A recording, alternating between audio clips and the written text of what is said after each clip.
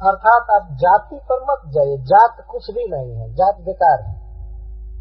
मैं देव हूँ, आप मनुष्य हैं, लेकिन इससे क्या है, हम दोनों के बीच विवाह में जाति बंधन नहीं है। जब देवता में और मनुष्य में विवाह हो सकता है, तो मनुष्यों में फिर क्या जाति देखना है। ये देवी बोल रही है। अंतर जातीय विवाह का कि मत को रखने वाले लोगों के लिए यहाँ बहुत बड़ा सपोर्ट मिल रहा है। स्त्रियों का कौन वर है जो श्लाघ्य है। श्लाघ्य का अर्थ है पढ़ा लिखा है, सुंदर है, विद्वान है, चिरंजीवी है, निरोग है, वही वर हो सकता है। जाति क्या करेगा। जाति में विवाह कर दीजिए और पढ़ा भी नहीं है, रोगी है, धन भी नहीं कमा रहा है, तो वहाँ स्त्री क्या करेगी रहकर। विचारने लायक बात है ना। एक देवी आकर के मनुष्य लोक में एक मत दे रही है अपना,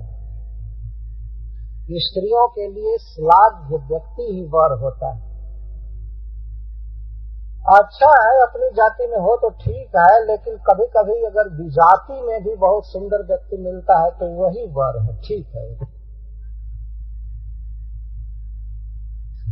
मैं यहाँ एक बहुत ही श्रेष्ठ आसन पर बैठा है, इसलिए मैं सावधान हूँ कि कोई गलत बात न मेरे मुख से निकल जाए। मैं भी इस बात को मानता हूँ कि वास्तव में वर गुणवान होना चाहिए, महान होना चाहिए, सब तरह से सुशिक्षित होना चाहिए।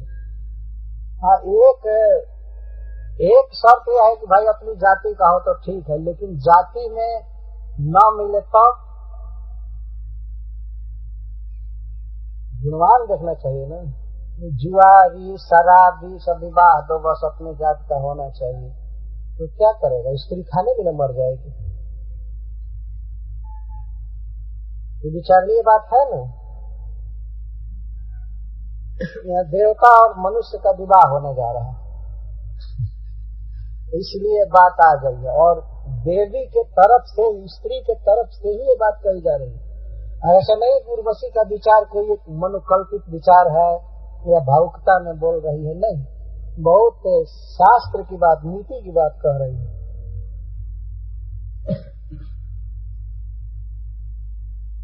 इसलिए श्रीपाद सिंह स्वामी टीका में लिखते हैं, अतो विजातीयत्व न दोषयति भाव, यह श्लाघ्य सैव स्त्रीणाम बरह स्मृत। जो सब तरह से प्रशंसनीय है, धनी है, सुंदर है, निरोग है, विद्वान है, दाता है, उदार है, वही वास्तव में किसी का पति बनने लायक है, किसी स्त्री का। तो आप सब तरह से मेरे पति होने लायक, ये शब्द उसने पति शब्द नहीं कहा, सब तरह से मेरे लिए आप सुखद हैं, रमणीय हैं। आप इसके लिए हिचक मत कीजिए कि मैं देवी हूँ, आप मनुष्य हैं, मैं श्रेष्ठ हूँ, आप कनिष्ठ हैं, ऐसा भाव मत कीजिए। आप ही वास्तव में श्रेष्ठ हैं मुझसे, या देवताओं से भी श्रेष्ठ है।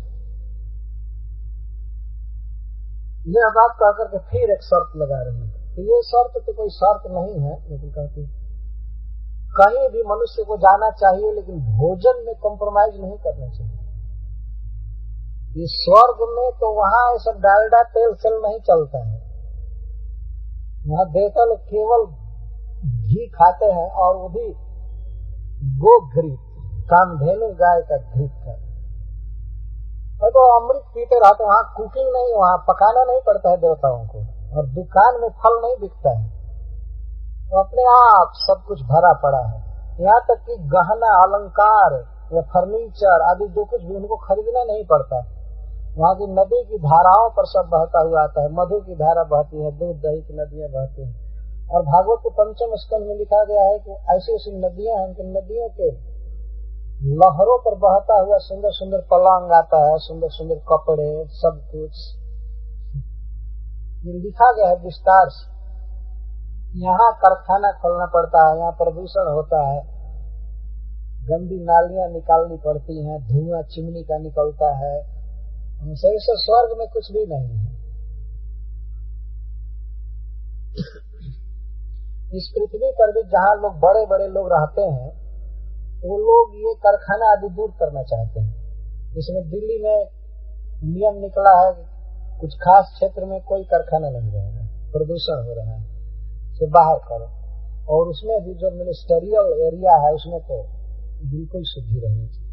तो जो इस विश्व की व्यवस्था देखने वाले हैं उनके ध्यान में, उनके घर में क्या ये सब कारखाना खट खुट चलेंगे?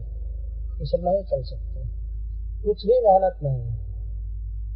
और खान पान ऐसा नहीं है कि वही दुकान में मिठाई रखी है, हजारों मक्खियां भनक रही हैं और फिर भी पकौड़ी और ये वो सब चलता रहता है। भोजन पर ही जिंदगी है ना। और इतना गलत भोजन इस पृथ्वी पर लोग करते हैं, मांस मदिरा क्या क्या पीते रहते हैं। तो आकर उसने सबसे पहले कहा, यद्यपि महाराज परम वैष्णव थे, उनके यहाँ शुद्ध भोजन सब था, तो कहते घृतम में वीर भक्षम स्यात्, हे वीर मेरा भक्ष होगा घी, मैं घी खाऊंगी। आप सोच सकते हैं कि अरे और भी चीज घी का बना हुआ खाना चाहिए, केवल घी खाने से क्या है?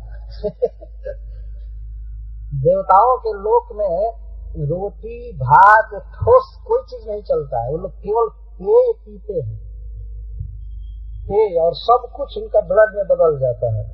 न उनको पसीना होता है न मल मूत्र होता है। हम लोग तो माटी खा रहे हैं, पानी पी रहे हैं, इसीलिए मल मूत्र इतना होता रहता है।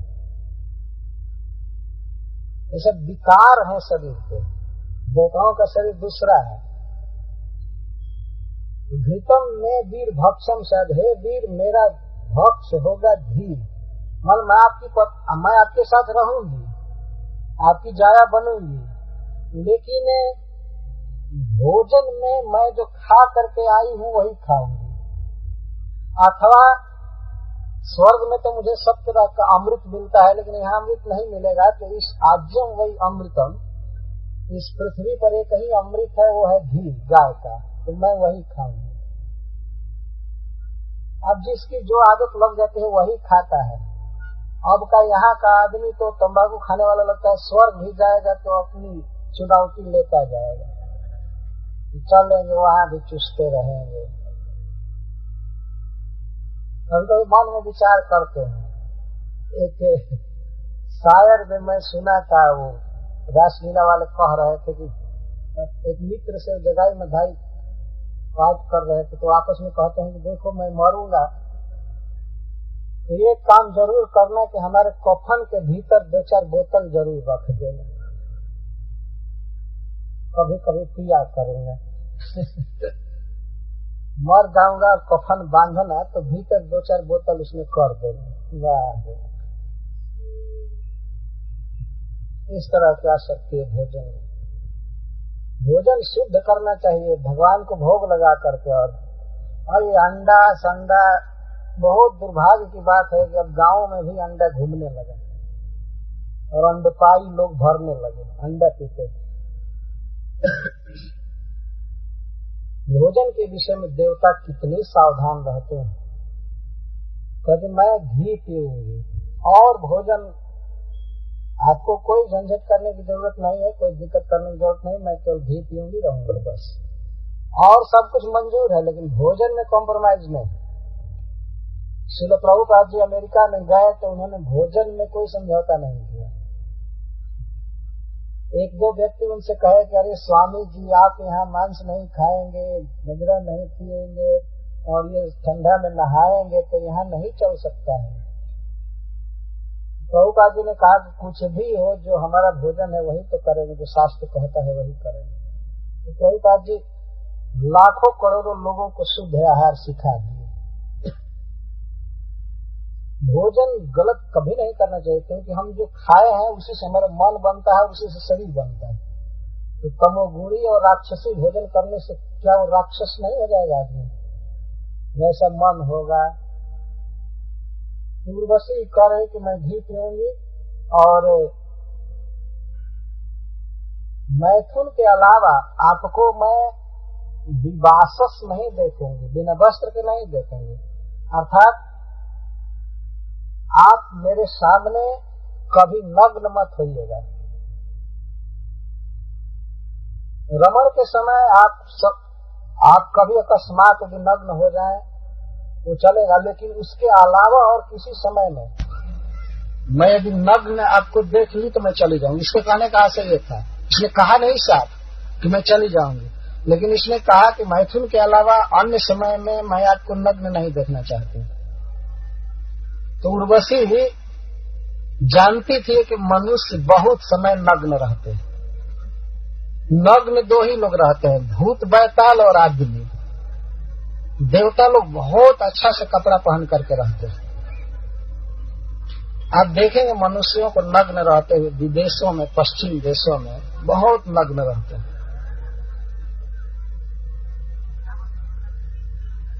कपड़ा पहनना चाहिए, भगवान ने बनाया है, अपने गुह्य अंगों को ढक कर रखना चाहिए जहां तहां।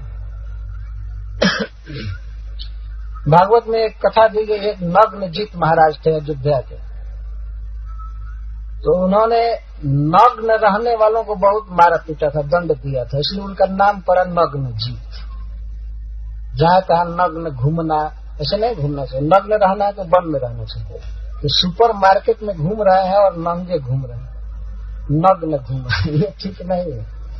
पहले के ऋषि मुनि रहते थे, कपड़ा नहीं मिलता था, जंगल में गुफा में रहते थे, नग्न है तो कोई बात नहीं।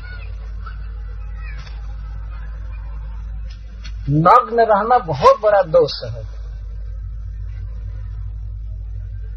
कभी कभी तो लोग इतना ढीला लुंगी पहनते हैं कि सोते हैं और नग्न रहते हैं ओढ़ना में। यह भी एक बहुत बड़ा दोष है। हमेशा वस्त्र कस करके पहनना चाहिए ठीक तरह से। और तैयारी को, यदि कोई तत्पर है, दी है, तो कहते हैं कमर कस करके तैयार। तो कमर ढीला है ठीक नहीं। कुछ लड़कों को तो मैं देखता हूँ दिन में सैकड़ों बार लुंगी बांधते रहते हैं। इसका मतलब वो ठीक से पहनना जानते नहीं। दो बात कहा इसने कि मैं नग्न नहीं देखना चाहती हूँ आपको, और मैं घी खाऊंगी।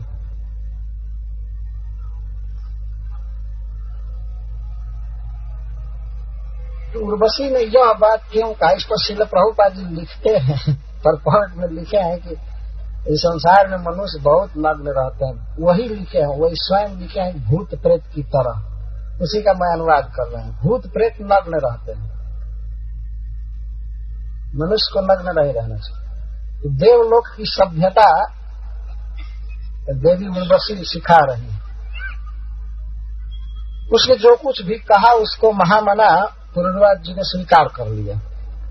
महामना का अर्थ उनका मन बहुत उत्साह में हो गया था। ओहो, इतनी सुंदर पत्नी मिली, और अपने आप बिना प्रयास के इतनी सुंदर पत्नी मिली, मेरा अहो भाग्य में धन्य हो गया। उनके मन में बड़ा उत्साह हुआ, इसलिए उनका नाम दिया गया महामना, बहुत बड़ा मन वाला। और उन्होंने स्वीकार कर लिया उर्वशी की प्रार्थना को।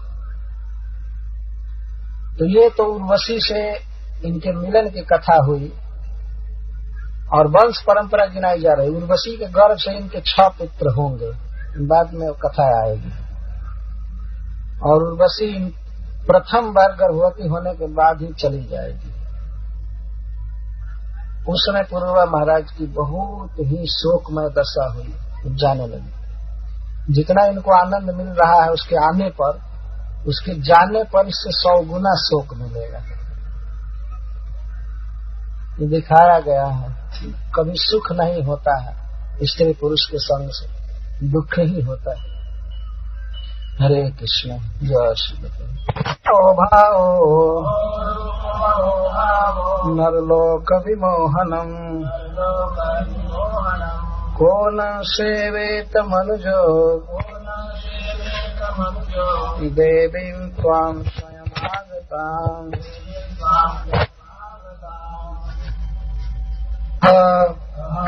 कौन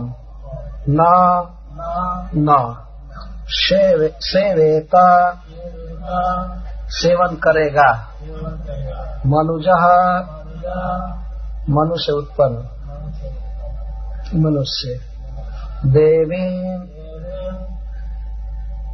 देव समाज की, त्वां तुमको, स्वयं आगता स्वयं आई हुई।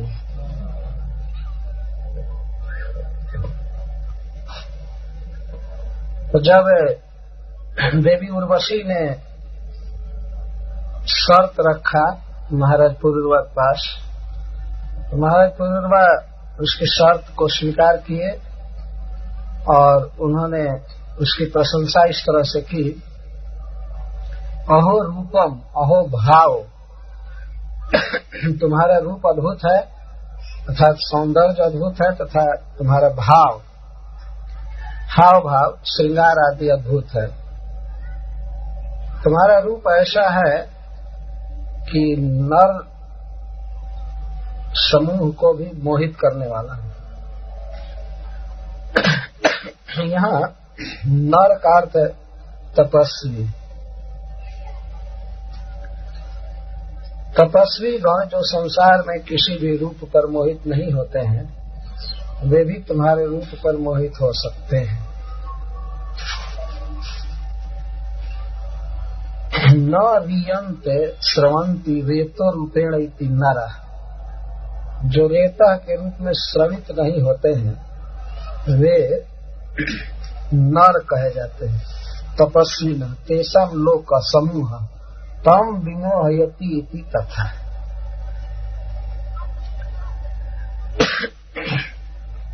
रेता का अर्थ होता है वीर्ज।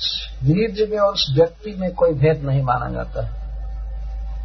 तो न रियंते रेतो रूपेण इति नरा, जो रेता के रूप में बीज के रूप में क्षरित नहीं होते हैं उनको नर कहते हैं। जैसे लोक में माना जाता है यह व्यक्ति किसका पुत्र है, तो वास्तव में वह पुत्र तो रेता है, बीज ही पुत्र बनता है। अतः बीज क्षरण होना और उस व्यक्ति का पतन होना दोनों को एक करके कहा गया है।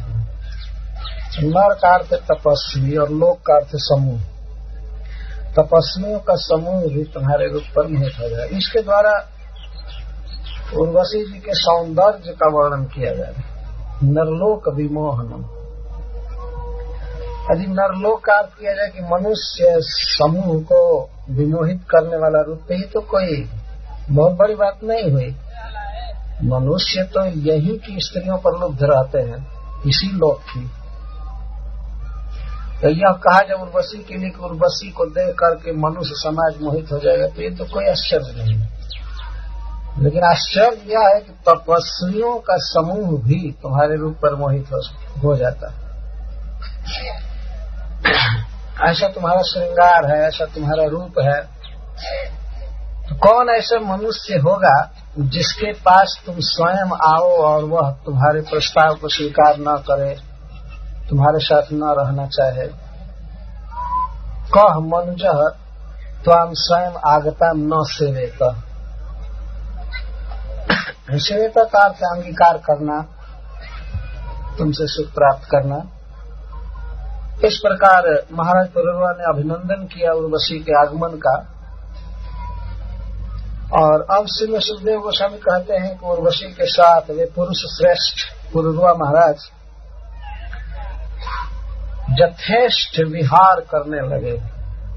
ब्रह्मांड में जो सबसे सुरम्य स्थान है, जैसे नंदन वन, चैत्र रथ, सर्वतोभद्र और विभ्राजक, ये 4 वन बड़े प्रसिद्ध हैं। तो उन वनों में जहाँ देवता विहार करते हैं, ये मनुष्य हो करके भी उर्वशी के साथ उन वनों में जाते थे, घूमते रहते।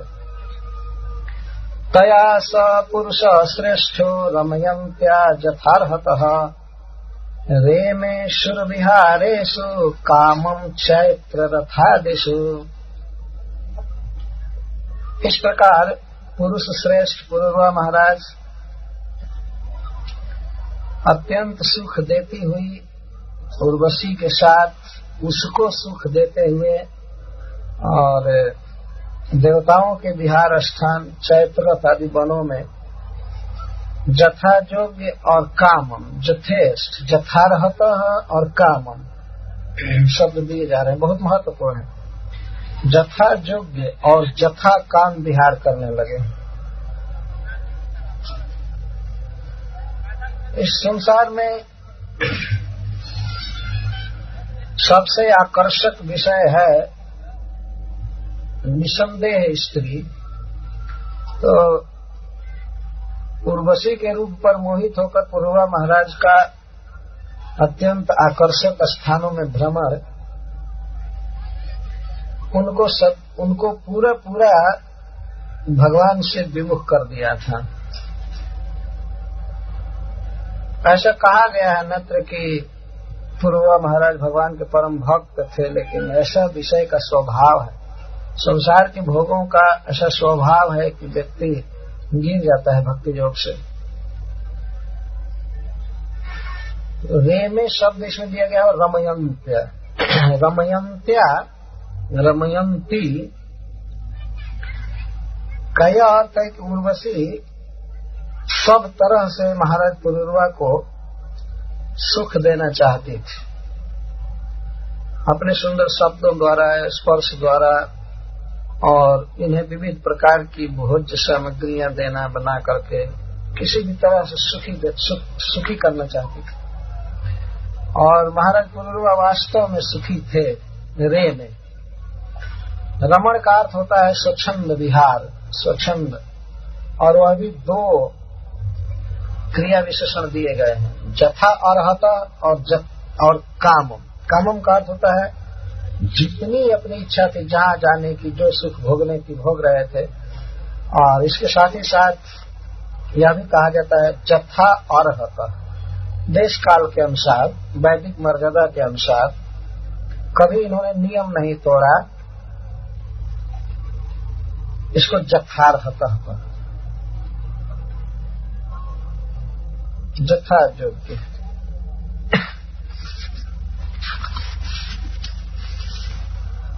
उर्वशी में कौन सबसे बड़ी विशेषता थी जिससे पुरुरवा महाराज का चित्त उसमें पूरा आकृष्ट हो गया?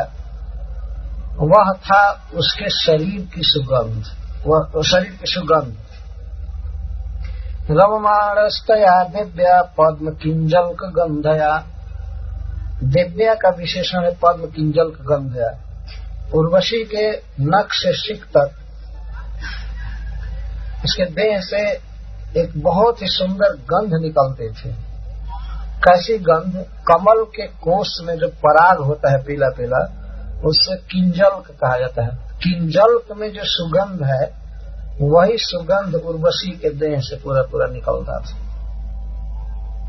मैं सवेरे बताया था कि वह भगवान की सृष्टि है, भगवान के डायरेक्ट अंग से निकली हुई आंखों से। जब इंद्र ने भेजा था मोहित करने के लिए नर नारायण को गंधमादन पर्वत पर, तो उसमें कुछ अप्सराओं को भेजे थे, बसंत को, कामदेव को, लेकिन भगवान का ध्यान भंग नहीं हुआ, तो वे सब बहुत भयभीत हो गए भगवान से। लेकिन भगवान ने कहा कि आप लोग हमारे आश्रम पर आए हैं, हम आपका स्वागत करना चाहते हैं।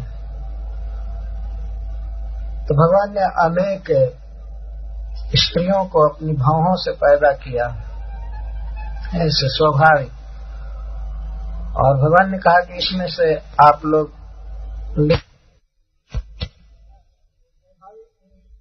उर्वशी के देह से सुगंध निकलती। उर्वशी इस ब्रह्मांड में बहुत श्रेष्ठ पद है।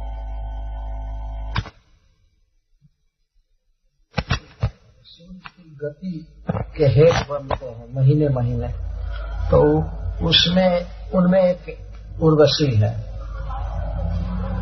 तो पद्म किंजल गंध है, पद्म के पराग जैसी गंध उससे निकलती रहती है।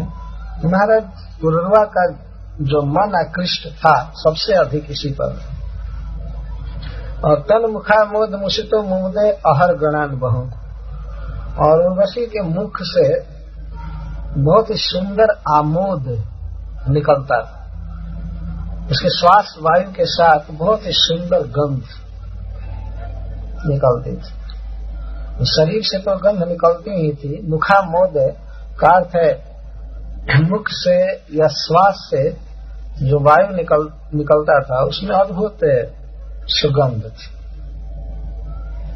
तो इस कारण से पुरुरवा महाराज उसके साथ बहुत ही मुद, बहुत सुखी थे।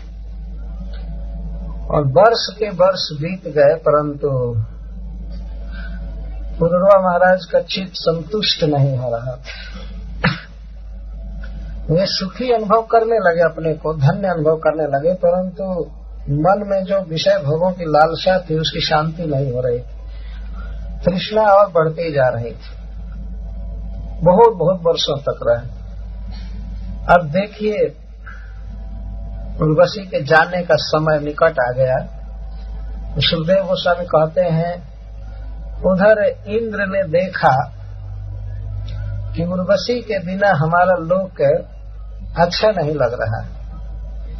अपश्यन उर्वशी इंद्रो गंधर्वान समचोदयत उर्वशी रहितम मह्यम आस्थानम नाति शोभते। इंद्रदेव ने देखा कि मह्यम आस्थानम, आ का अर्थ सम्यक, स्थानम का अर्थ स्थियते स्मृति स्थानम, आस्थानम का अर्थ हमारा घर, हमारा स्वर्ग अच्छा नहीं लग रहा है। सब कुछ भरा पड़ा था, परंतु इंद्रदेव ने अनुभव किया कि उर्वशी के बिना हमारा लोक ठीक नहीं लग रहा है। उर्वशी उसी लोक में रहती थी, तो इंद्र को उसके अभाव की अनुभूति होने लगी। तो उन्होंने गंधर्वों को प्रेरित किया कि जाओ और उर्वशी को लाओ। महाराज पुरुरवा कभी स्वप्न में भी नहीं सोचे थे कि एक दिन उर्वशी उनका संग छोड़कर चली जाएगी। अब देखिए उर्वशी को ले जाने की योजना स्वर्ग में बन गई। तो गंधर्व गए, ते उपेत्य महारात्रे तमसी प्रत्युपस्थिते उर्वश्या उर्णौ जरून्यस्तौ राजनिचायया। वे गंधर्व गए महारात्रि में, महारात्रि अर्धरात्रि को कहते हैं, और उस समय अंधकार का पक्ष कृष्ण पक्ष चल रहा था, लगता है जैसे अमावस्या होगी। इसलिए वे गंधर्व गए रात्रि में चोरी करने के लिए। क्या चोरी करने के लिए? उर्वशी ने जो 2 मेष रखा, भेड़ रखी थी, उसको चुराने के लिए गंधर्व। उर्वशी के द्वारा की गई शर्तें पूरी नहीं हो पाएंगी तो उर्वशी को महाराज पुरुरवा के चंगुल से भागने का एक अवसर मिलेगा। तो गंधर्व गए, इंद्रदेव ने बताया था कि यह कार्य करना, और वो लोग गए तो विद्युत के साथ गए। विद्युत जो आकाश में चमकता है, उस विद्युत के साथ चमकती है, उस विद्युत के साथ वे लोग गए, लेकिन छिपा करके गए। ऐसे जैसे आजकल लोग जाते हैं, कई टॉर्च लिए हैं लेकिन जलाए नहीं, टॉर्च लाइट है लेकिन लिए रहते। शुरू में इसे चोर लोग लेकर के चलते थे, इसलिए इसको चोर बत्ती कहते। सब लोग नहीं लिए रहते। तो वे लोग भी साक्षात स्वर्ग से विद्युत लेकर आए थे, लेकिन स्विच ऑफ रखे थे। आए साथ में लेकर आधी रात के समय, और उर्वशी के जो दोनों भेड़ रखे हुए थे महाराज के पास धरोहर, उसको ले करके भागने लगे, ले लिए। तो नजदीक में ही दोनों भेड़ के बच्चे रहते थे। तो दोनों भेड़ों को जब वो लिए तो वे लगे रोने, अपने स्वर में मैं करने लगे, जैसे भी बोलते हैं। अथवा गंधर्वों ने थोड़ा कान ऐठा होगा भेड़ों का, इसलिए वो लोग मैं करने लगे। इसलिए कि उर्वशी महाराज पुरुरवा को प्रेरित करे कि हमारे भेड़ के बच्चों को कोई चुरा रहा है, जाओ रक्षा करो रक्षा करो। तो वे हड़बड़ा करके उठेंगे, कहीं पलंग में उनकी धोती फंस जाएगी, वो नग्न हो जाएंगे, और आएंगे उस समय ये बिजली जला देंगे, तो उर्वशी इनको नग्न देख लेगी, तो उसे जाने का पूरा अवसर मिल जाए। यह सब उपाय रचा जा रहा है। तो लोग गए और चुरा लिए। निशम्याक्रंदितम देवी पुत्रयोर नियमानयोः तो वह देवी जब सुनी, उर्वशी ने सुना कि उसके दोनों पुत्रों को कोई ले जा रहा है, तो अनजान व्यक्ति को देख करके दोनों भेड़ में कर रहे थे। पुत्रयो नियमान, उर्वशी उन्हें अपने पुत्र जैसा मानती थी। निशम आक्रंदितम, उनका आक्रंदन, उनका रोना सुन करके और लगी अकस्मात कहने। वो महाराज पुरुरवा के साथ रात्रि के समय लेटी थी और अब जब बच्चों को चिल्लाते हुए सुनी, मतलब भेड़ों को में करते हुए, तो कहती है हता अस्मि कुनाथे न नपुंसा वीर मानिना, ये हमारा पति किसी काम का नहीं है, कुनाथ है। कुनाथ का अर्थ कुचित नाथ। ये क्या हमारी रक्षा करेगा, हमारे बच्चों की रक्षा नहीं कर सका। नपुंसा, ये बिल्कुल नपुंसक है, पुरुष नहीं है। एक दिन क्या क्या कही थी कि कौन ऐसी स्त्री है जो आपके साथ संग नहीं चाहेगी और आपकी भुजाओं में आकर के वो वहां से उसका मन हट जाए, ऐसा नहीं हो सकता। तो देखिए समय बदलते कैसा कैसा वो आके बदलने लगा। महाराज पुरुरवा जैसे वीर पुरुष जिनके गुणों को सुन करके स्वयं आई थी इस पृथ्वी पर, और उन्होंने पूरा पूरा प्यार दिया, स्नेह दिया, सब कुछ दिया, उसे सब तरह से सुख दिया, लेकिन उसके दो भेड़ जब चिल्लाने लगे तो वो कहती हता अस्मि, मैं मर गई, मैं मर गई इस कुत्सित नाथ से, मुझे पता नहीं था कि इतना नालायक है यह। और महाराज पुरुरवा से बोल रही है नपुंसा, एकदम नपुंसक हो तुम, वीर मानिना, तुम केवल मानते हो कि मैं वीर हूँ, वास्तव में तुम वीर नहीं हो। वीर होते तो हमारे बच्चे आज इस दुर्दशा में रहते। वो अभी जानती थी कि हमको जाना है, तो मरो चाहे कुछ भी हो, उसको तो जाना ही। तो इस तरह से वचन बाण मार रही है। कहा जाता है कि बोली गोली से भी ज्यादा मार करती है। महाराज पुरुरवा जैसे क्षत्रिय के लिए, इतने बड़े वीर के लिए और श्रेष्ठ पुरुष के लिए इन शब्दों का प्रयोग उनको मर्माहत कर दिया। बहुत दुखित हो गया। हता अस्मि कुनाथ है ना नपुंसा वीर मानिना। और वो ऐसे बोल रही, उनको सुना करके कह रही है मैं तो बहुत बुरे चक्कर में पड़ गई, चंगुल में पड़ गई। पता नहीं भगवान ने मुझे कैसा पति लिखा था मेरे भाग्य में। ये सोया है स्त्री की तरह, और ये भेड़ की रक्षा नहीं कर पाया, हमारे पुत्रों की रक्षा नहीं कर पाया। ये नपुंसक है, इसमें कोई पराक्रम नहीं है, स्वयं अपने मुख से वीर बनता है, वीर है नहीं वास्तव में। जब विश्रम्भा हम नष्ट, इस पर विश्वास करके मैं नष्ट हो गई। हृता पत्या च 10 भी, और डाकुओं ने हमारे पुत्रों को हर लिया। यह शेते निशिसंत्रस्तो जथा नारी दिवापुमान, यह रात में डर कर सो रहा है। क्या तुम जा नहीं सकते हो कि कौन भेड़ को ले जा रहा है? इस तरह से बोल रही।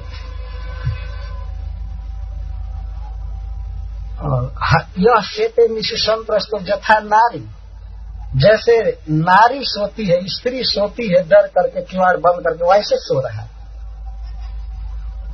स्त्री की तरह सो रहा है। पुरुष को रात में सोना नहीं चाहिए, तो वीर होता है, उसे तो रात भर हरे कृष्ण जपना चाहिए।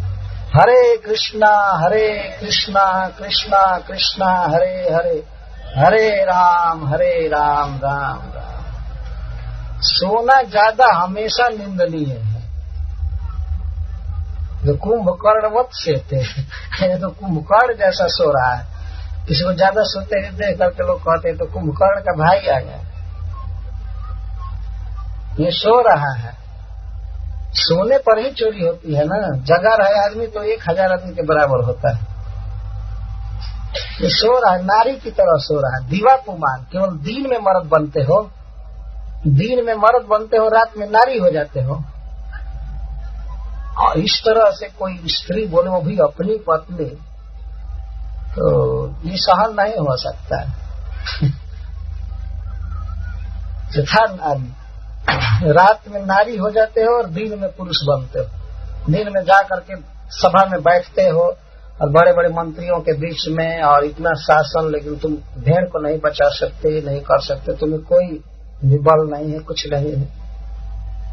इस प्रकार से अनेक वाक सायक विद्ध, अनेक वचन रूपी बाणों से मारने लगे।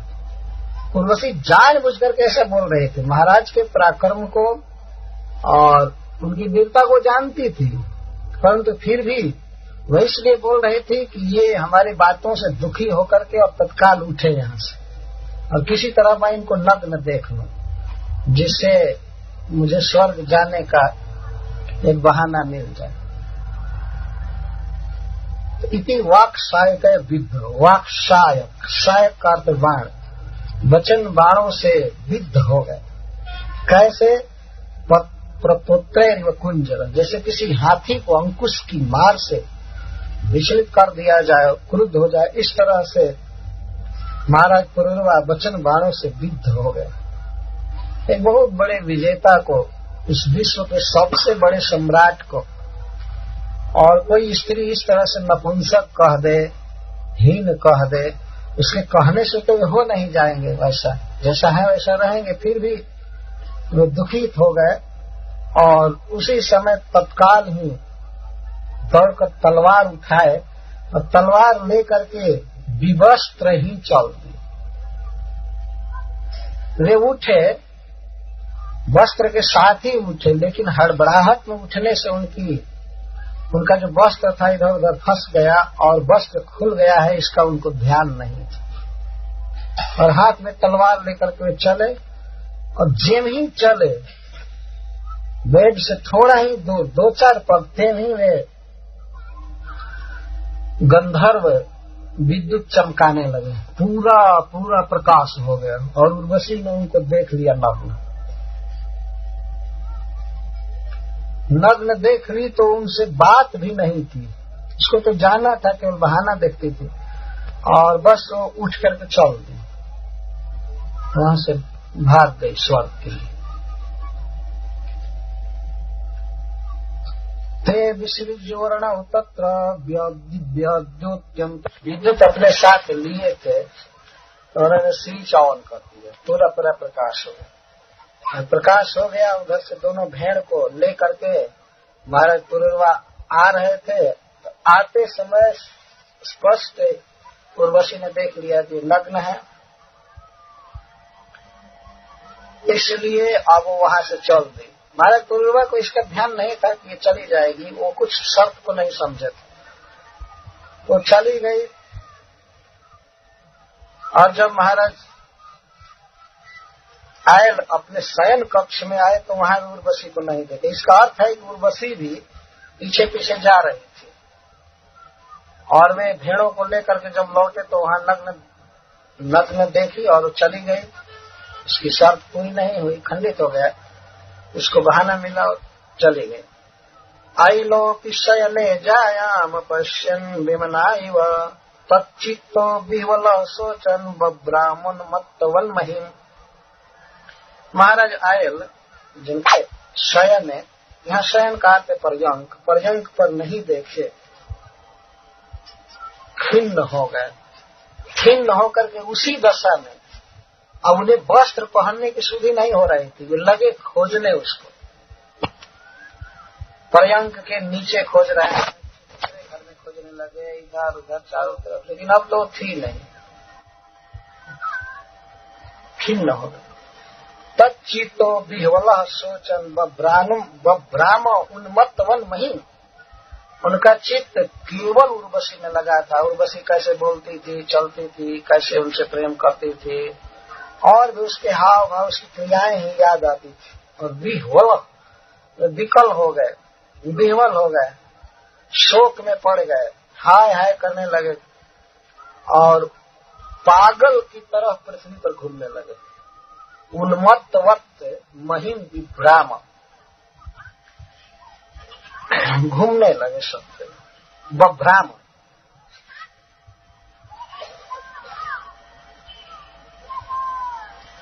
ये है विषय का आवेश। आप जरा मिलान कीजिए, जब महाराज पुरुरवा बिना स्त्री के थे उस समय कितना सुखी थे, और अब स्त्री के खो जाने के बाद कितना दुखी। लेकिन यदि विचार करके देखा जाए तो महाराज पुरूरवा का कुछ भी नहीं गया था। उर्वशी उनके पास न रहे तो उनसे उनका घाटा क्या था?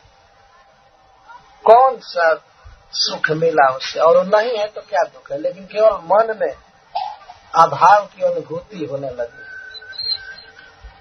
तो वे विलाप करने लगे। भगवान श्री राम सीता के विरह में जो विलाप किए हैं, तो आचार्यगण कहते हैं कि कामियों की दशा को भगवान दिखा रहे हैं। ऐसा ही दुख होता है। कामिन कह दीनता दिखाई और धीरन के मन वीरत दृढ़ाई। जो धैर्य रखते हैं, संसार को भोगने के लिए व्याकुल नहीं है, वे लोग भगवान राम की लीला को देख करके और विरत होंगे, भोगों से उनका मन भागेगा। और कामियों की दशा दिखाए भगवान के कितने लाचार बेचारा होते। लगता है स्त्री नहीं है तो उनका कुछ भी नहीं है, सब कुछ चला है। महाराज पुरूरवा की ये दशा हो रही है। देखिए, एक एक विशेषण सुखदेव गोस्वामी दे रहे। तच्चित्तः, इसका अर्थ है कि मन में 24 घंटे उर्वशी का स्मरण हो रहा है। विह्वलः, अब कोई क्रियाकलाप नहीं कर पाते थे, यहाँ तक कि खाना स्नान करना तक उनसे अब नहीं हो रहा था। ये विह्वल शब्द से व्यक्त किया जा रहा है। वलम का अर्थ है चाल, चलन, गति। और शोचन, शोक में डूबे रहते और बभ्रामण, घूमते रहते। घूमते थे उससे मिलने के लिए, पूछते थे सब जगह, और लोग उनकी खिल्ली उड़ाते थे सब जगह के। क्या हो गया है महाराज पुरूरवा, क्या हो गया? हा उर्वशी, हा उर्वशी, हा उर्वशी, यही उनके लिए महामंत्र रह गया। यही हमेशा बोलते रहते।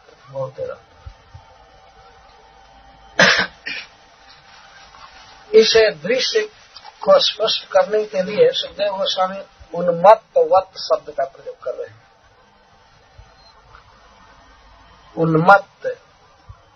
उन्मत्त का अर्थ होता है किसी को भूत लग गया है, वायु रोग हो गया है, वह व्यक्ति जैसे बकता रहता है, चलता रहता है, बिना वस्त्र के हो जाता है, उसको सुधि नहीं रहती है।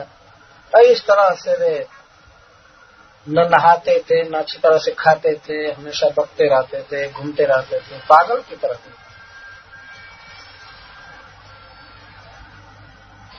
इस तरह से अब उनका घर छूट गया, सब कुछ छूट गया। उनके राज्य का भार तो मंत्री लोग संभाल रहे थे।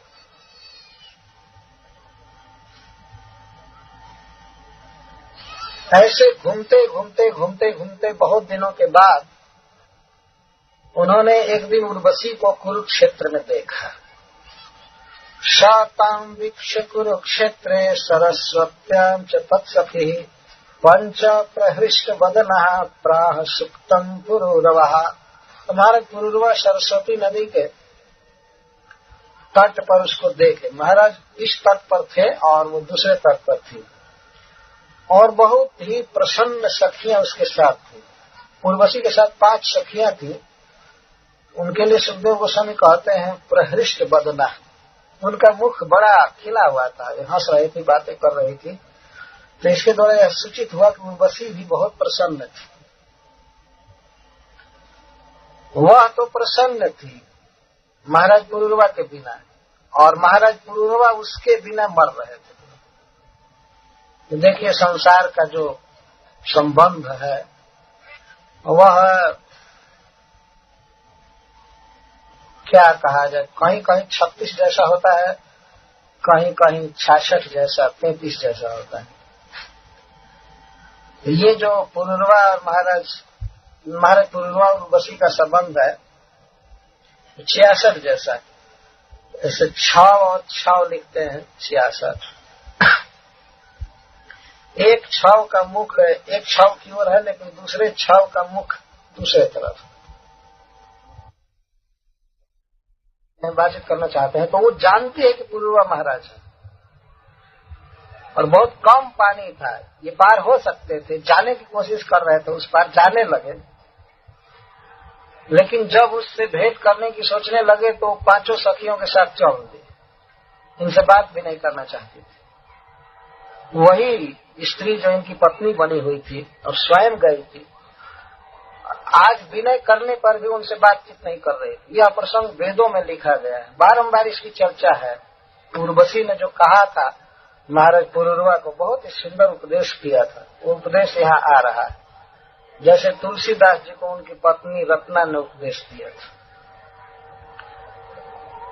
कभी कभी आदमी अपने पत्नी के उपदेश से ही भगवान का भजन करता है, गुरु का उपदेश उतना काम नहीं करता है जितना पत्नी का उपदेश काम करता है। कभी कभी तो ऐसे बैरागी आते हैं साधु बनने के लिए जो स्त्री का लात खाते हैं, उसके बाद चलते हैं, अब क्या करें। लेकिन 2-4 दिन में बैराग ठंडा हो जाता है, फिर जथा स्थान हो जाता है। तो महाराज पूर्व विनय कर रहे थे और वो चली जा रही थी, बातचीत नहीं करना चाहते। तो कहते हैं, अहो जाए तिष्ठ तिष्ठ घोरे न त्यक्तुमर्हसि। अहो जाए, हे मेरी पत्नी, हे प्रिय, तिष्ठ तिष्ठ, खड़ी हो जाओ, खड़ी हो जाओ, रुको रुको रुको। तो जब नहीं रुक रही है तो कहते हैं घोरे, ओ पत्थर हृदय वाली, रुक जाओ रुक जाओ, काठ हृदय वाली। भगवान ने तुम्हारा कलेजा मांस का नहीं बनाया, लगता है पत्थर का बना दिया। तो घोरे, हे घोरे, हे घोर स्वभाव वाली, रुको रुको। न त्यक्तुम अर्हसि। अरे ठीक तो बोल रहा था, क्या हो गया?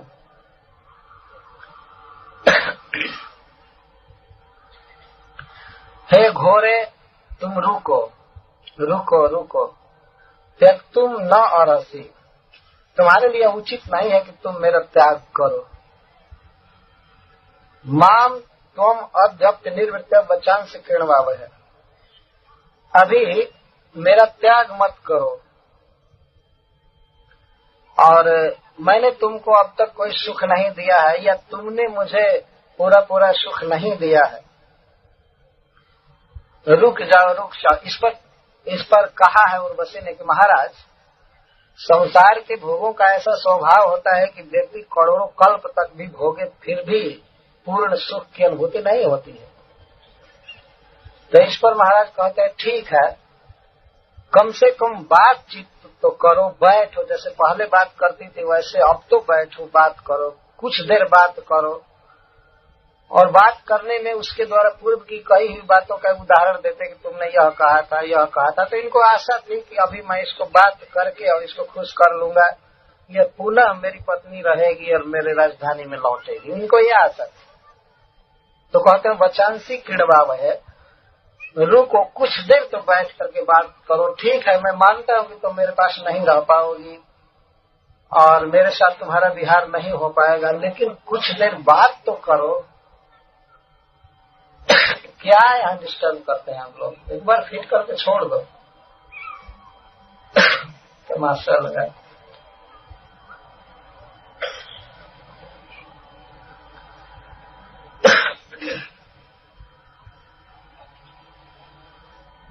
ठीक बोल रहा था पहले। अद्य अपि अनिर्वृत्य, अनिर्वृत्य दोनों के लिए है।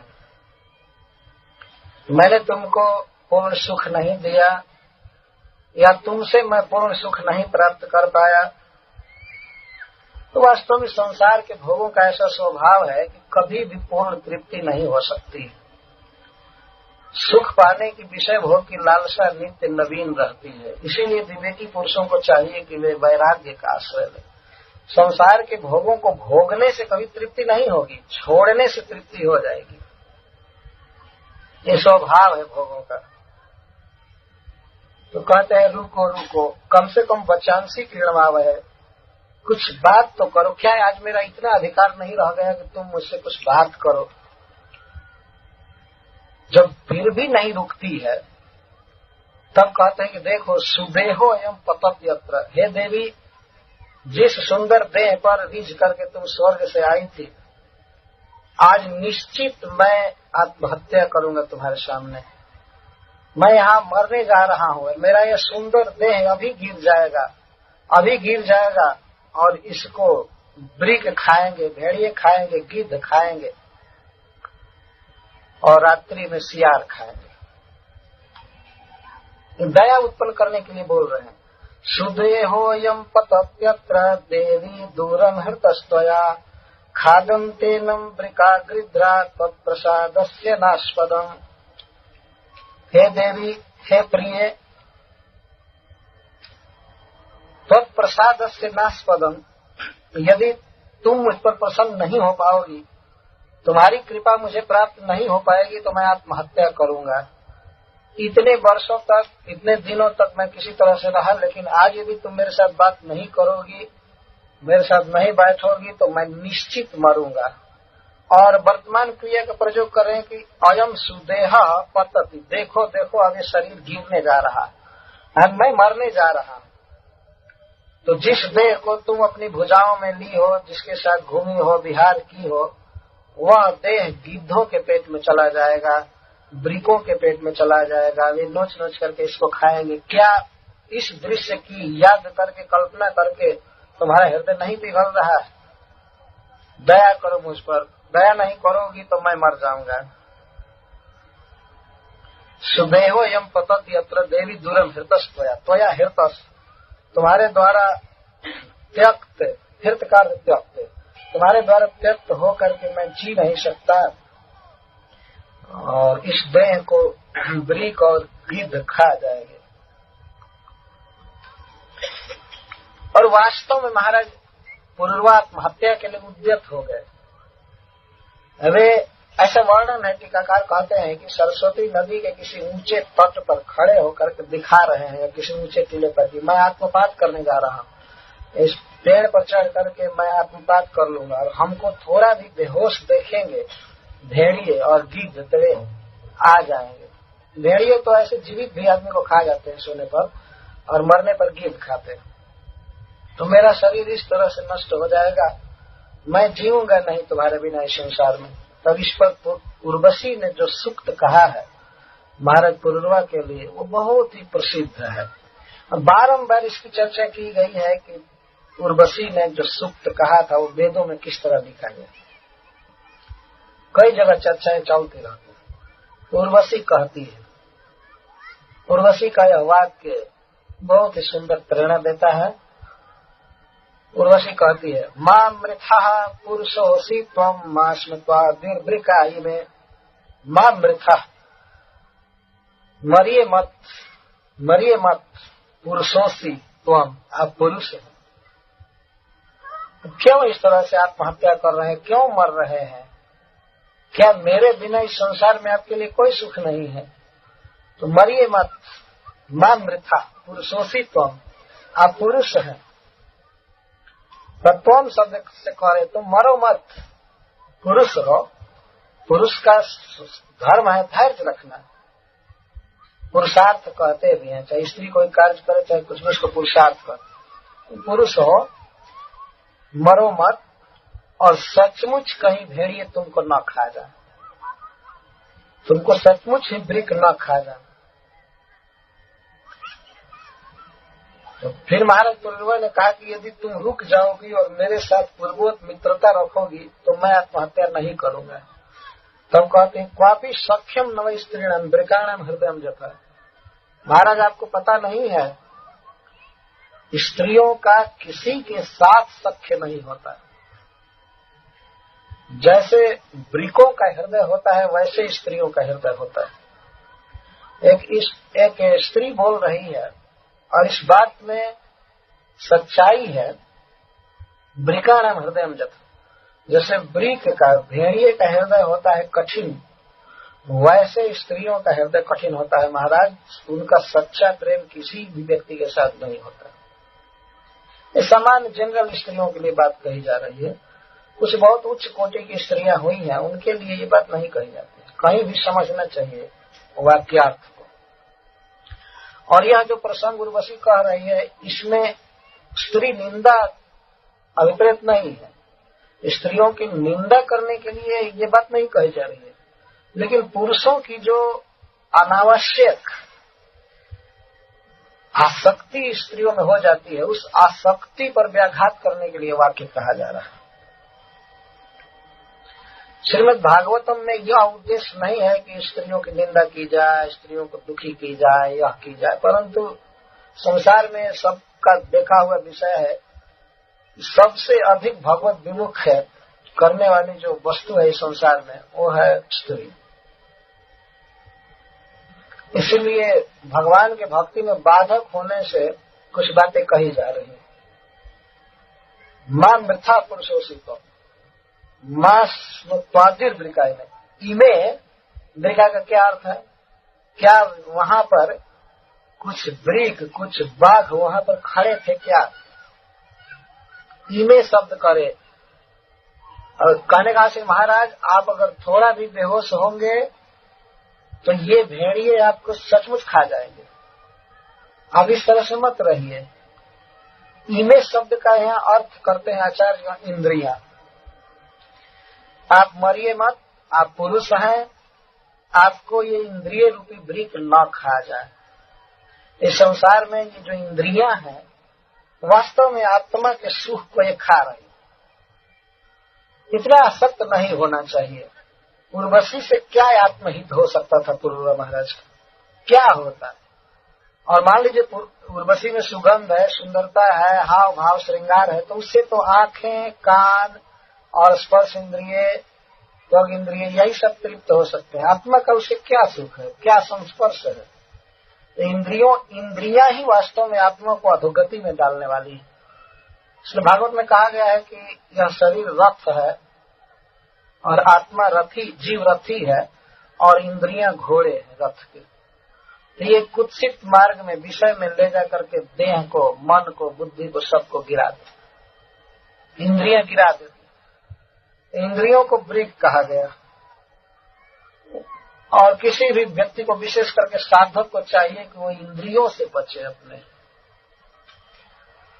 आंख की मांग को पूरी न करे, कान की मांग को पूरी न करे, शीर्ष और पग इंद्रिय आदि की मांग को पूरा न करे, क्योंकि इनकी मांग पूरी करने पर कभी भी इनकी मांग पूरी नहीं हो पाएगी, इनकी लालसा शांत नहीं होगी। जितना सप्लाई कीजिए उतनी लालसा बढ़ती जाती है इंद्रियों, और इनकी जितनी लालसा बढ़ती है उतनी ही भगवत विमुखता बढ़ती है। इंद्रियां भोग प्रवण हो जाती हैं, भोगों की तरफ इंद्रियों की धारा बह जाती है। इसीलिए सबसे अच्छा है कि इंद्रिय निग्रह किया जाए। उर्वशी का यह सूक्त, सुउक्त सूक्त बहुत ही प्रसिद्ध है, और प्रत्येक व्यक्ति को सोचना चाहिए कि हम जीव हैं, हम आत्मा हैं, और इस जड़ शरीर की इंद्रियों को संतुष्ट करने में ही हम अपना जीवन बिता देते हैं। हम इसके लिए नहीं, हम कृष्ण के अंश हैं, और कृष्ण में अपनी इंद्रियों को लगाना यही सबसे बड़ा सुख है, सबसे बड़ा पुरुषार्थ है, और यही सबसे बड़ा कर्तव्य, धर्म है। परंतु इंद्रियों के फेर में पड़ करके व्यक्ति अपने साधन से गिर जाता है, सब कुछ छोड़ देता है। यहाँ इमे शब्द का यह अर्थ है, इमे वृका, ये वृक आपको सचमुच में न खा जाए, खा रहे तो आप इतना असावधान मत होइए। आप प्रसन्न रहिए और भगवान श्री कृष्ण का भजन कीजिए। आप क्यों ऐसे मर रहे हैं? मां मृथा पुरुषोषित्व मां स्वताद वृकाई में क्वापि सख्यम नमः स्त्रीणाम वृकाणाम हृदय। वास्तव में यह उर्वशी का वाक्य अमृत है और अमर है, इसी से तो इसको वेदों में रखा गया है। सुक्त जहां भी आए हैं, जैसे पुरुष सुक्त है, वैसे ही उर्वशी के मुख से निकला हुआ यह सुक्त है। वैसे श्लोक की दृष्टि से यह बहुत छोटा सा है, परंतु बहुत महत्वपूर्ण बात है। संसार में कोई किसी का बैरी नहीं है, कोई कुछ भी बिगाड़ने वाला नहीं है। सबसे अधिक बिगाड़ने वाली, नुकसान करने वाली अपनी इंद्रियां हैं। प्रहलाद महाराज हिरण्यकश्यप से यही बात कहते हैं, अपना न जीता हुआ मन और इंद्रियां ही वास्तविक शत्रु। इसी कारण जीव संसार की तरफ लगा रहता है, भगवान का भजन नहीं कर पाता है। तो आप जरा विचार कीजिए, संसार का सबसे बड़ा सम्राट, जिसके अधीन सारा भोग है, सारी स्त्रियां हैं, सारा सब कुछ है, लेकिन एक उर्वशी के बिना वो मानता है कि यह जगत शून्य है, कुछ भी नहीं है, हम जी नहीं सकते हैं, जीवन का लाभ यही है कि उर्वशी के साथ रहा जाए। तो कितना बड़ा पतन है, कितना बड़ा अज्ञान है। और उस दशा में जबकि उर्वशी उनको तृण के समान भी नहीं देख रही है। जैसे रास्ते में पड़ेंगे, तृण की उपेक्षा करके हम लोग चले जाते हैं, वैसे वो चली जा रही है। महाराज पुरुरवा को जब वैराग्य हुआ उर्वशी लोक में जाने पर बहुत काल के बाद, तब ये कहे हैं तृणमिव ईश्वरम, मुझे वो तृण की तरह छोड़ करके जा रही थी। जिस प्रकार से उर्वशी के वाक्य यहाँ दिए जा रहे हैं, उसी प्रकार कल दिए जाएंगे पुरुरवा महाराज के वैराग्य के उद्गार, जो भगवान श्री कृष्ण के मुख से प्रकट हुए 11 स्कंध में। तो इस प्रकार उर्वशी कह रही है, स्त्रियो यः करुणा क्रूरा दुर्मर्षा प्रिय साहसा घ्नन्तल्पार्थेऽपि विश्रब्धं पतिं भ्रातरमप्युत। स्त्री की आसक्ति परम बाधक है भक्ति में, इसलिए स्त्रियों की निंदा की जा रही है। और निंदा करना यह विधेय नहीं है, अभिप्रेत नहीं है। अभिप्रेत है पुरुष का स्त्री में आसक्त न होना और स्त्री का पुरुष में आसक्त न होना। स्त्रियः ही अकरुणा, स्त्रियां अकरुण होती हैं। करुण का अर्थ होता है जिसमें करुणा है, करुणावान को करुण करना, जिसमें दया है। करुणा का क्या अर्थ है? करुणा या दया का अर्थ होता है दूसरे के दुख को दूर करने की इच्छा, उसको करुणा कर, और इससे जो युक्त है उसको करुण कर। स्त्रियों में दूसरे के दुख को दूर करने की कोई भावना नहीं होती, उनका दिल पिघलता नहीं। और विशेष करके पति या भाई कोई भी कितना भी दुख में हो, उनका दिल नहीं पिघलता। यह एक अद्भुत बात कही जा रही है, लेकिन उद्देश्य को ध्यान में रख करके सद्भाव से सुनना चाहिए, साधु भाव से सुनना चाहिए। क्रूरा, एक तो उनके हृदय में कठोरता होती है, दूसरी बात है कि क्रूर होती है, कठिन कार्य करने में उन्हें हिचक नहीं होती है। और दुर्मर्षा, दुर्मर्षा का अर्थ सहन नहीं कर सकती। कोई उनका अपकार कर दे, उनका कुछ बिगाड़ दे, तो वे बहुत काल तक सांप की तरह याद रखती, भूलती नहीं। इसको दुर्मर्ष का भूल जाना। जैसे इस दुर्मर्ष का एक उदाहरण ध्रुव महाराज की सौतेली बात।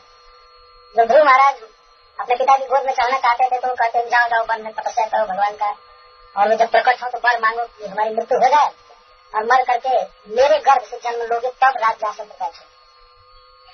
तो राजा के आसन पर बैठने के लिए इनडायरेक्ट प्रोसेस है, भगवान का भजन करो, क्योंकि भगवान की कृपा से ही मेरा पुत्र बन सकते हैं।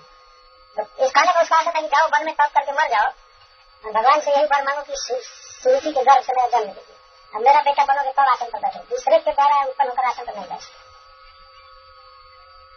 और बच्चा रोने लगा, वहीं से क्रोध में हो गया, लेकिन उसका चित्त क्रोध था, दुर्मर्ष था। दुर्मर्ष प्रिय साहस, प्रिय साहस है कि जो कार्य उनको प्रिय लग जाएगा उसके लिए अद्भुत साहस उन्हें होगा।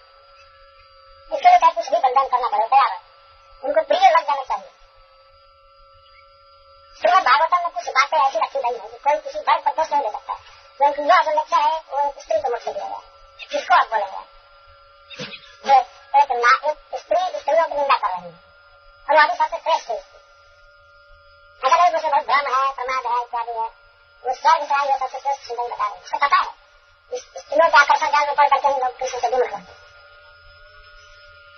और कहते घ्नन्ति अल्पार्थ्य की, थोड़े से सुख के लिए, थोड़े से अर्थ के लिए वे अपने पति को और भाई को भी ना करते, पति भ्रातरम अपनी होता, कभी अन्य प्रेमी को करवा देना और कुछ कर देना उनके लिए तो दाएं हाथ करते।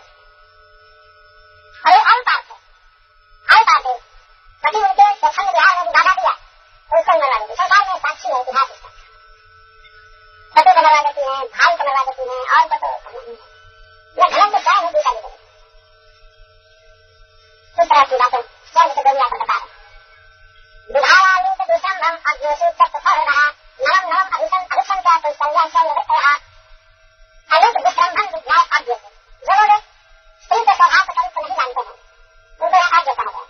नारी पक्ष स्त्री पक्ष से जो विज्ञ हैं युक्त हैं उनका ऐसा भाव व्यक्त करके सेवा करते और अधिक विश्रम्भन झूठा विश्वास किया वो तो विश्वास कर लेता है कि ये तो पूरा पूरा ले सकता है वो सब कुछ कर सकते छोटा विरक्ता में लाया है कहता है कि हाँ तो संगीत मेरा किया धूप धंसा स्त्री कभी कभी अपने पति से कहती है कि आप जब पहले मरेंगे तो मैं आपके साथ नहीं गलत करना चाहूंगी हाँ तेरे संग नहीं करूंगी आपके साथ नहीं करूंगी हम यह कहते हैं समझा ये चिंता है पति जो है मेरे पीछे जल रही तो पहले पास मैं मुझे मत करना तुम मत जाना पास कर लेगा लगेगा कि नहीं कर सकते वो कहा तो मरने का जीवित भी बचा रहा है तो मरने का वो जुदाई को बचा नहीं सकता अभी तो उनका सख्त विश्वास किया देती और पति तो इतना पसंद हो जाता है कि हाथ पति जो भी मांगो सब ले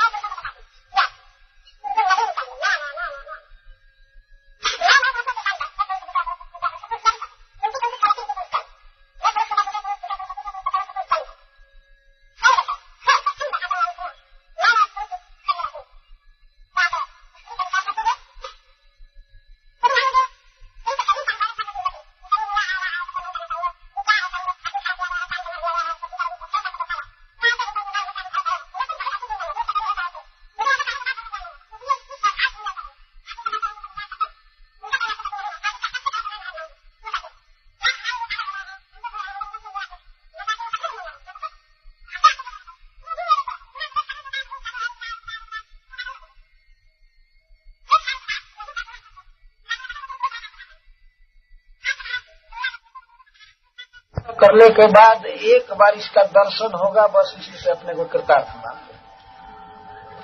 अद्भुत इनका विषय का आवेश। तो फिर भी जब रो रहे थे विलाप रहे थे तब कहती है संवत्सरांते ही भवान एक रात्रम महेश्वर वत्स्यत्यपत्यानि च ते भविष्यन्त पराणि भोः। संवत्सरांते संवत्सर के अंत में एक वर्ष के बाद एक रात्रम मया वत्स्यति भवान, आप एक रात मेरे साथ रहेंगे और मेरे से आपको और भी पुत्र प्राप्त होंगे। जब उर्वशी ने कहा कि और भी पुत्र प्राप्त होंगे तब महाराज पुरुरवा ने समझ लिया कि यह गर्भवती है। यद्यपि देवताओं में यह शक्ति है, देवियों में, कि वो गर्भ को तत्काल जन्म दे सकती है, यह गर्भ धारण करना चाहे कर सकती है। तो महाराज पुरुरवा के साथ जब से रह रही थी उसी समय उसने गर्भ धारण किया था। तो उसी के तरफ संकेत करे अपराणी अपत्यानि भविष्यन्ति, और भी पुत्र होंगे मेरे द्वारा आपसे। तब महाराज समझ गए कि अंतर्वतनी यह गर्भवती है। तो यह समझ करके वे आ गए अपनी राजधानी में। फिर भी उसी दिन की प्रतीक्षा करते रहते थे, वह दिन कब आएगा कब आएगा। और अभी एक दो दिन बाकी ही था तब तक कुरुक्षेत्र पहुंच गया। पुनस्तत्र गतोपदान्ते उर्वशी वीर मातरम, वहां गए। उर्वशी तो चूंकि देवी है वो झूठ तो बोल नहीं सकती, तो वहां गए तो देखा उन्होंने। देखे तो एक बहुत ही सुंदर कुमार के साथ वो आई थी। कुमार पुरुरवा का पुत्र था, उसका नाम बड़ा आयु। आयु श्रुतायु सत्यायु रयोथ विजयो जय, ये 6 पुत्र थे महाराज पुरुरवा। बाद में होंगे, प्रत्येक साल एक एक पुत्र प्राप्त। उपलभ्य मुदा युक्त समोवासतया निशाम अथैनम उर्वशी प्राह कृपणम विरहातुरम। एक रात में रहे वहां पर उन्होंने उर्वशी को वीर मात्रम देखा है। वीर का अर्थ पुत्र, पुत्रवती, वीरवती। महाराज पुरुरवा से उत्पन्न हुआ और एक देवी से, अप्सरा से जन्म लिया था, इसलिए वो लड़का बहुत सुंदर और तेजस्वी था। देवता और सबसे श्रेष्ठ मनुष्य का कॉम्बिनेशन था, इसलिए बहुत तेजस्वी था। एक रात महाराज पुरुरवा उसके साथ रहे और जब वो सवेरे जाने के लिए तैयार हुई तो फिर वही छटपटाहट, वही रोना धोना चालू की। तो उसने कहा कि आप लाख रोइएगा, मैं यहाँ नहीं रहूंगी, पुनः इसी तिथि को आप 1 वर्ष के बाद यहाँ आइए, आपके साथ मेरा मिलन होगा। लेकिन अब ये विकल हो रहे थे, रो रहे थे। तब उर्वशी ने एक उपाय बताया। उसने कहा, गंधर्वानुपधाव इमां स्तुभ्यम दास्यन्ति मामिते। गंधर्वानुपधाव, आप गंधर्वों को मनाइए, क्योंकि मैं गंधर्वों के बीच में रहती हूँ और ये चाहेंगे तो हमको दे सकते हैं आपके लिए। तो आप गंधर्वों को प्रसन्न कीजिए, उपासना कीजिए, तो तुभ्यम माम दास्यन्ति, मुझे दे देंगे आपके लिए।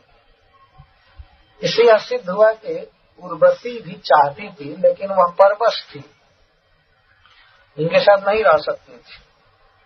इसीलिए उपाय बता रहे हैं कि गंधर्वों की आराधना कीजिए और वे प्रसन्न होंगे तो मुझे सौंप देंगे आपको। तस्य संत्वतस्तुष्टा अग्निस्थालिम ददुर्निप उर्वशी मन्यमानस्तां सो बुद्ध्या चरण बने। इसके बाद महाराज पुरुरवा अपने नगर में आए और वे नगर में नहीं, वहीं कुरुक्षेत्र में गंधर्वों की आराधना किए, स्तुति किए। तो उन लोगों ने प्रसन्न होकर के इनको अग्निस्थाली दिया। अग्निस्थाली का अर्थ है, स्थाली का अर्थ है थाली, बर्तन। अग्नि जहाँ रखा जाता है, ऐसा एक अग्नि रखने का पात्र दिया इनको। गंधर्वों के कहने का उद्देश्य यह था कि इस पात्र में आप यज्ञ करेंगे तो इससे भगवान प्रसन्न होकर के आपको उर्वशी के लोक में ही भेज देंगे। जहाँ उर्वशी रहती है वहीं जा सकते हैं, इसी शरीर से उस लोक में जा सकते हैं। तो गंधर्वों ने यह तो उचित नहीं समझा कि उर्वशी पृथ्वी पर जाए, लेकिन महाराज पुरुरवा ही स्वर्ग में आ जाएंगे, ये व्यवस्था हो जाएगी। इसके लिए उन्होंने अग्निस्थाली दिया, यज्ञ करने के लिए पात्र, अग्नि उत्पन्न करने का पात्र।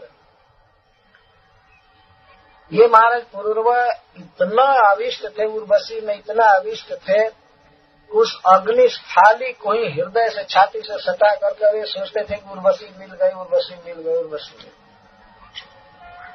और बड़े खुशी के साथ घूमते थे। चरण बने उर्वशी मन्य मानसताम, उसी पात्र को ही उर्वशी मान करके वन वन में खुशी के साथ घूम रहे। लेकिन अबुद्धता, बाद में उन्हें समझ में आया कि नहीं, ये तो पात्र है, ये तो उर्वशी नहीं है।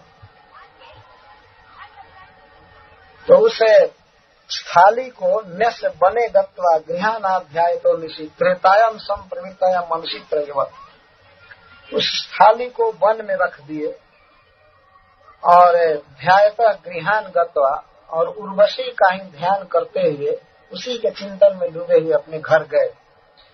इस तरह से वे रहने लगे। तब तक उसी समय त्रेता युग प्रारंभ हुआ। कुछ काल के बाद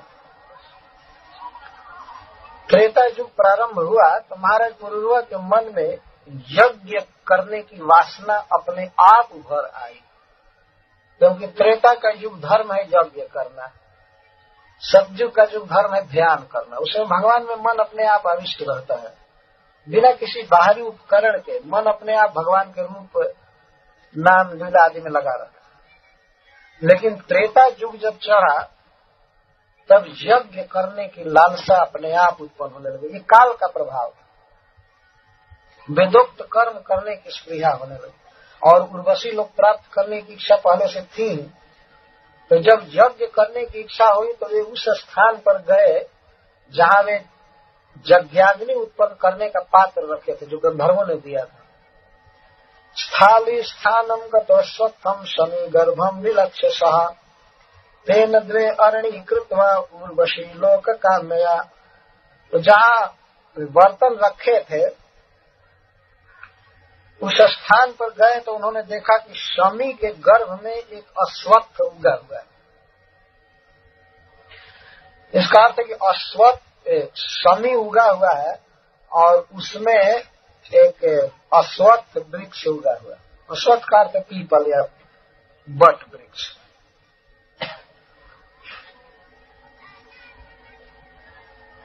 इस विषय में कभी कभी भिन्नता होती है कि वे जमीन पर बर्तन को नहीं रखे थे, वास्तव में शमी वृक्ष पर वे रखे थे और बर्तन में ही वो शमी से एक वृक्ष उत्पन्न होकर के उस बर्तन में छेद करता हुआ और उगा था ऐसे अश्वत्थ वृक्ष। उसी वृक्ष को लेकर उसकी लकड़ी को लेकर तेना द्वे अरणी कृतवा उर्वशी लोक कामया, उससे वे अरणी बनाए, 2 अरणी वो काष्ठ इसको रगड़ करके अग्नि उत्पन्न किया जाता है। उर्वशी लोक की कामना से उन्होंने उत्पन्न रगड़ उर्वशी मंत्र तो ध्यान अधरारणी उत्तराम आत्मान उभय और मध्य जब तक प्रजननम प्रभु।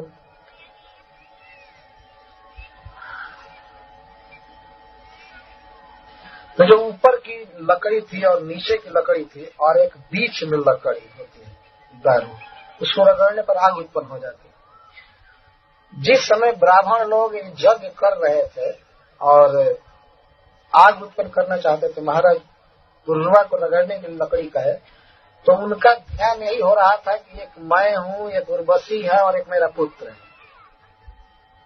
उस अरणी के बदले अपना ही चिंतन हो रहा था और उर्वशी इतना अविष्ट। तो उस काष्ठ के मंथन से अग्नि देवता प्रकट हुए, इसीलिए अग्नि को महाराज पुरुरवा का पुत्र माना जाता है। ये वेदों में लिखा गया है, ये उदाहरण टीका में आया है। यज्ञाग्नि और वो अग्नि 3 प्रकार की हुई, तो उसी यज्ञाग्नि से तेना अजत यज्ञ सम भगवंतम अधोक्षजम, उस यज्ञाग्नि के द्वारा पुरुरवा महाराज ने उर्वशी लोक प्राप्त करने के लिए सर्वेश्वरेश्वर भगवान अधोक्षज का भजन किया, यज्ञ किया, आराधना किया। यज्ञेशम यज्ञ फलदाता भगवंतम सर्वशक्तिमान सर्वेश्वर अधोक्षजम, प्राकृत विशेषताओं से विलक्षण अप्राकृत भगवान का उन्होंने भजन किया। उर्वशी लोक की कामना से भगवान के लिए यज्ञ किया। गंधर्वों ने इनकी मदद किया था, लेकिन वास्तव में उर्वशी लोक की जो प्राप्ति हुई भगवान की कृपा से हुई। भगवान एक बार और इनको दिखाना चाहते थे कि देखो उर्वशी लोक में, बहुत सुंदर लोक में, स्वर्ग में, और उर्वशी के साथ लाखों करोड़ वर्ष भोग भोगने के बाद भी तुम्हें सुख प्राप्त नहीं हो सकता है। तो भगवान दिखाना चाहते थे। तो इन्होंने यज्ञ किया, भगवान की आराधना किया। श्री भगवान के विषय में श्री सुखदेव गोस्वामी जो वक्तव्य दे रहे हैं वो महाराज पुरुरवा के भावना को व्यक्त कर रहे हैं। पुरुरवा महाराज भगवान विष्णु का भजन किए तो क्या मान करके। पहली विशेषता है यज्ञेशम, दूसरी विशेषता है भगवंतम और अधोक्षजम सर्वदेवमयम हरि। ये है भगवान के गुण, ये है भगवान के गुण। भगवान हरि श्री कृष्ण अपने आश्रित के दुख को हर लेते हैं और परम मधुर है, सर्वदेवमय है। यदि भगवान विष्णु का, कृष्ण का भजन किया जाता है तो सारे देवता प्रसन्न हो जाते हैं। ये सर्वदेवमय है। जैसे पेट में अन्न देने पर शरीर के सारे अंगों में वह अन्न का रस चला जाता है, इस प्रकार से भगवान की पूजा करने पर सबकी पूजा हो जाती है। सर्वदेवमय, सभी देवता उनके भीतर ही हैं, अधीन। यदि सभी देवताओं की कृपा चाहिए, सबका आशीर्वाद चाहिए, तो भगवान कृष्ण का भजन करना चाहिए। हरे कृष्णा कृष्णा कृष्णा हरे हरे, हरे राम राम राम हरे। ये सर्वदेवमय का अर्थ। और भगवंतम का अर्थ है परम सुंदर। हरि शब्द से भी व्यक्त हो गया, परंतु भगवंतम का यहाँ अर्थ है परम ऐश्वर्यवान।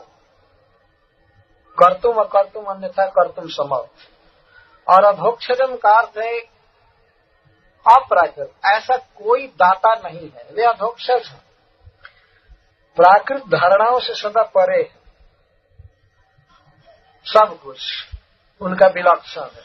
तो ऐसे प्रभु का उन्होंने भजन किया, यज्ञ किया।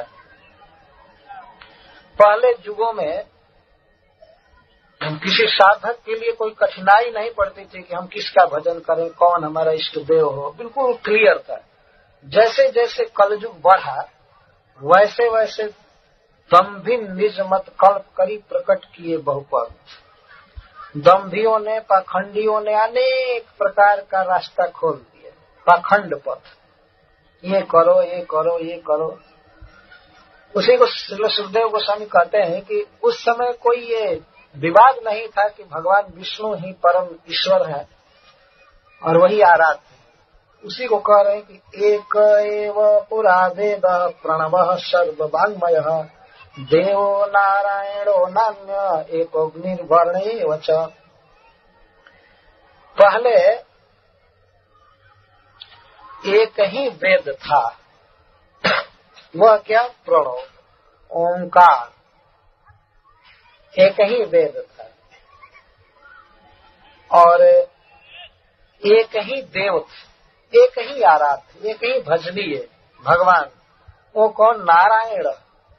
भगवान नारायण एकमात्र इस आराध्य। इसका अर्थ यह नहीं है कि और लोग नहीं थे, लेकिन आराध्य थे, देवता थे तो भगवान, और कोई नहीं। अब इस समय तो देवता गिनते गिनते थक जाएगा यार।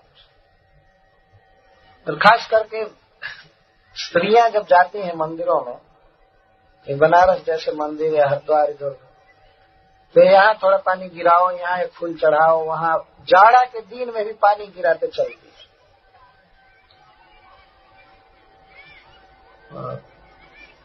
भगवान ने कह दिया पत्रम पुष्पम फलम तय मुझको दो, तो वे सोचते हैं किसी को भी पत्रम पुष्पम दिया जा सकता।